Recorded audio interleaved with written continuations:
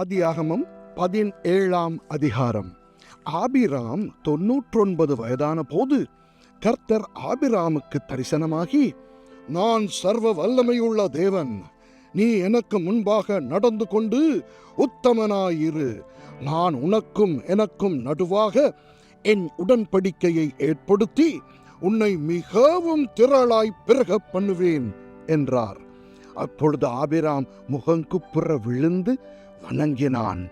தேவன் அவனோடே பேசி, நான் உன்னோடே பண்ணுகிற என் உடன்படிக்கை என்னவென்றால், நீ திரளான ஜாதிகளுக்கு தகப்பனாவாய். இனி உன் பேர் ஆபிராம் என்னப்படாமல் நான் உன்னை திரளான ஜாதிகளுக்கு தகப்பனாக ஏற்படுத்தினபடியால் உன் பேர் ஆபிரகாம் என்னப்படும். உன்னை மிகவும் அதிகமாய் பலுகப் பண்ணி உன்னிலே ஜாதிகளை உண்டாக்குவேன். உன்னிலிருந்து ராஜாக்கள் தோன்றுவார்கள். உனக்கும் உனக்கு பின்வரும் உன் சந்ததிக்கும் நான் தேவனாயிருக்கும்படி எனக்கும் உனக்கும் உனக்கு பின் தலைமுறை தலைமுறையாக வரும் உன் சந்ததிக்கும் நடுவே என் உடன்படிக்கையை நித்திய உடன்படிக்கையாக ஸ்தாபிப்பேன். நீ பரதேசியாய் தங்கி வருகிற கானான் தேசம் முழுவதையும் உனக்கும் உனக்கு பின்வரும் உன் சந்ததிக்கும் நித்திய சுதந்திரமாக கொடுத்து நான் அவர்களுக்கு தேவனாயிருப்பேன் என்றார். பின்னும் தேவன் ஆபிரகாமை நோக்கி, இப்பொழுது நீயும் உனக்கு பின் தலைமுறை தலைமுறையாக வரும் உன் சந்ததியும் என் உடன்படிக்கையை கை கொள்ளுங்கள். எனக்கும் உங்களுக்கும் உனக்கு பின்வரும் உன் சந்ததிக்கும் நடுவே உண்டாகிறதும் நீங்கள் கை கொள்ள வேண்டியதுமான என் உடன்படிக்கை என்னவென்றால், உங்களுக்குள் பிறக்கும் சகல ஆண் பிள்ளைகளும் விருத்த சேதனம் பண்ணப்பட வேண்டும். உங்கள் நுனித்தோலின் மாம்சத்தை விருத்த சேதனம் பண்ண கடவீர்கள்.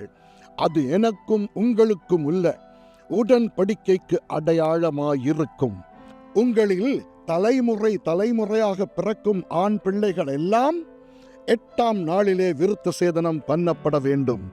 வீட்டிலே பிறந்த பிள்ளையும் உன் வித்தல்லாத அந்நியனிடத்தில் பணத்துக்கு கொள்ளப்பட்ட எந்த பிள்ளையும் அப்படியே விருத்த சேதனம் பண்ணப்பட வேண்டும்.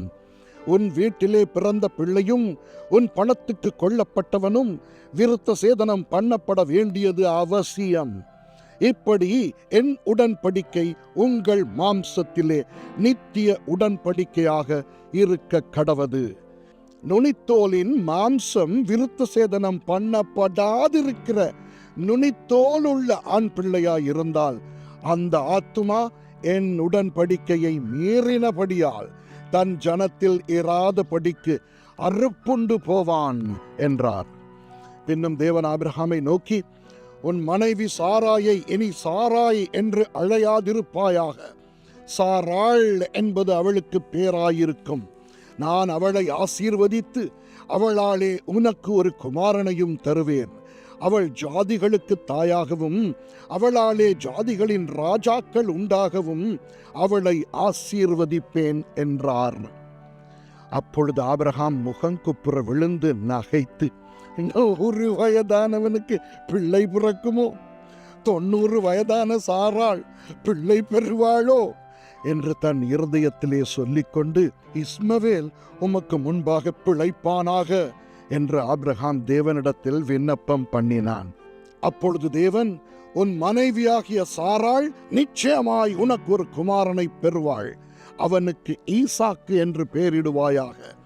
என் உடன்படிக்கையை அவனுக்கும் அவனுக்கு பின்வரும் அவன் சந்ததிக்கும் நித்திய உடன்படிக்கையாக ஸ்தாபிப்பேன். இஸ்மவேலுக்காகவும் நீ செய்த விண்ணப்பத்தை கேட்டேன். நான் அவனை ஆசீர்வதித்து அவனை மிகவும் அதிகமாக பலுகவும் பெருகவும் பண்ணுவேன். அவன் 12 பிரபுக்களை பெறுவான். அவனை பெரிய ஜாதியாக்குவேன். வருகிற வருஷத்தில் குறித்த காலத்திலே சாராள் உனக்கு பெறப்போகிற ஈசாக்கோடே நான் என் உடன்படிக்கையை ஏற்படுத்துவேன் என்றார். தேவன் ஆபிரகாமோடே பேசி முடிந்த பின்பு அவர் அவனை விட்டு எழுந்தருளினார். அப்பொழுது ஆபிரகாம் தன் குமாரனாகிய இஸ்மவேலையும் தன் வீட்டிலே பிறந்த யாவரையும் தான் பணத்துக்கு கொண்ட அனைவருமாகிய தன் வீட்டில் உள்ள ஆண் பிள்ளைகள் எல்லாரையும் சேர்த்து தேவன் தனக்கு சொன்னபடி அவர்கள் நுனித்தோலின் மாம்சத்தை அந்நாளிலே தானே விருத்த சேதனம் பண்ணினான். ஆபிரகாமுடைய நுனித்தோலின் மாம்சம் விருத்த சேதனம் பண்ணப்படும் போது அவன் 99 வயதாயிருந்தான். அவனுடைய குமாரன் இஸ்மவேலுடைய நுனித்தோலின் மாம்சம் விருத்த சேதனம் பண்ணப்படும் போது அவன் 13 வயதாயிருந்தான். ஒரே நாளில் ஆபிரகாமும் அவன் குமாரன் இஸ்மவேலும் விருத்த சேதனம் பண்ணப்பட்டார்கள். வீட்டிலே பிறந்தவர்களும் அந்நியரிடத்திலே பணத்துக்கு கொல்லப்பட்டவர்களுமாகிய அவன் வீட்டு மனுஷர்கள் எல்லாரும் அவனோடே கூட விருத்த சேதனம் பண்ணப்பட்டார்கள். ஆமென்.